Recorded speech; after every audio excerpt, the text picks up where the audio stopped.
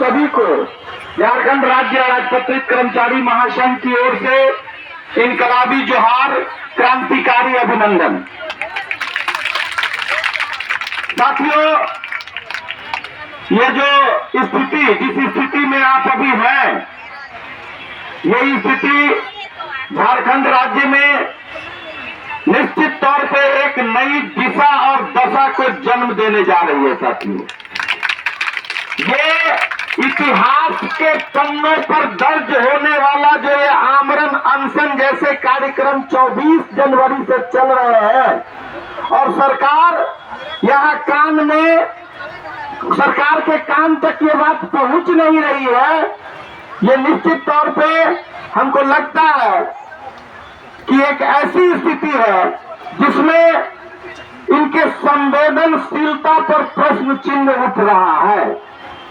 अभी हम लोगों के सामने में एक बहन को एम्बुलेंस के द्वारा ले जाया गया है और जब हमको बताया गया कि उनका बीपी 60-40 हो गया था,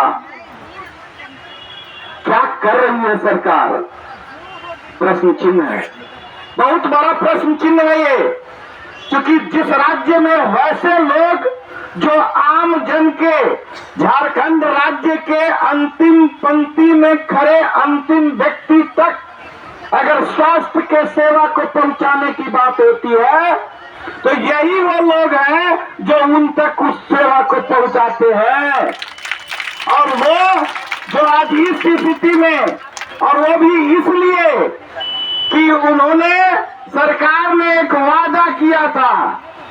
माननीय मुख्यमंत्री जी जब विपक्ष के नेता हुआ करते थे उस समय मंचों से स्पष्ट रूप से उन्होंने कहा था कि अनुबंध के वैसे कर्मी जो इस राज्य में लगातार पिछले दिनों से काम करते आ रहे हैं, उन सब की सेवा को जब हमारी सरकार आएगी तो हम नियमित करेंगे।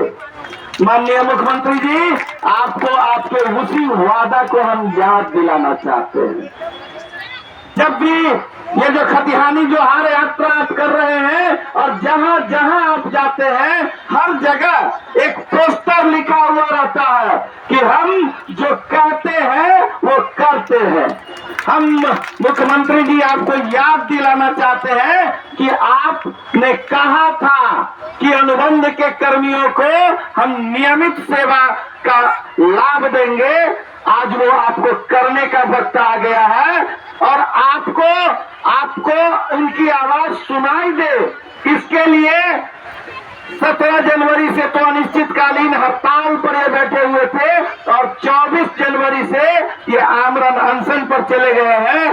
ये बहुत ही दुखद स्थिति है। माननीय मुख्यमंत्री जी, आप समझें, इस बात को समझें और आगे आकर के वार्ता करें।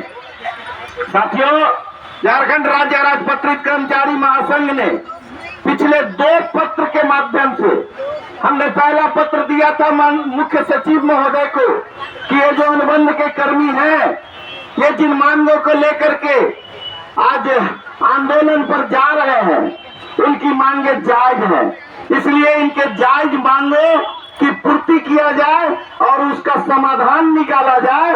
ऐसा हमने कहा, लिखा सरकार को। हमने उस समय लिखा था कि हम इनके इस आंदोलन को नैतिक समर्थन दे रहे हैं। बाद में जब 24 जनवरी से आप आमरण अनशन पर चले गए तो हमने सरकार को स्पष्ट रूप से अल्टीमेटम दिया था। हमने अल्टीमेटम दिया था कि ये वो लोग हैं जो स्वास्थ्य की लौ को आपके समाज के अंतिम पंक्ति तक ले जा रहे हैं, इसलिए इनकी मांगे जो जायज है, उन जायज मांगों की पूर्ति जल्द से जल्द करने की कृपा की जाए। साथियों, हमने उनको एक अल्टीमेटम और दिया है।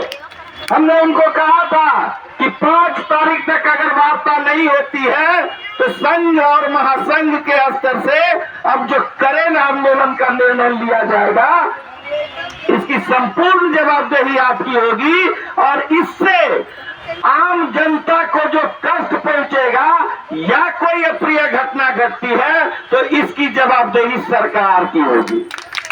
हमने लिखा है उनको। और आज 6 तारीख है, हम शाम में आज फिर बैठ रहे हैं और हो सकता है आंदोलन के कड़े निर्णय को लेते हुए बहुत सारे जिलों में हमने निर्णय लिया है कार्य बहिष्कार का। अब राज्य स्तर से आज हम लोग निर्णय शाम में आज बैठ करके लेने जा रहे हैं कि आपके इस आंदोलन के समर्थन में कितने कड़े से कड़े नियम आंदोलन को हम जन्म दे सकते हैं, उसका निर्णय आज की बैठक में हम लेने जा रहे हैं साथियों।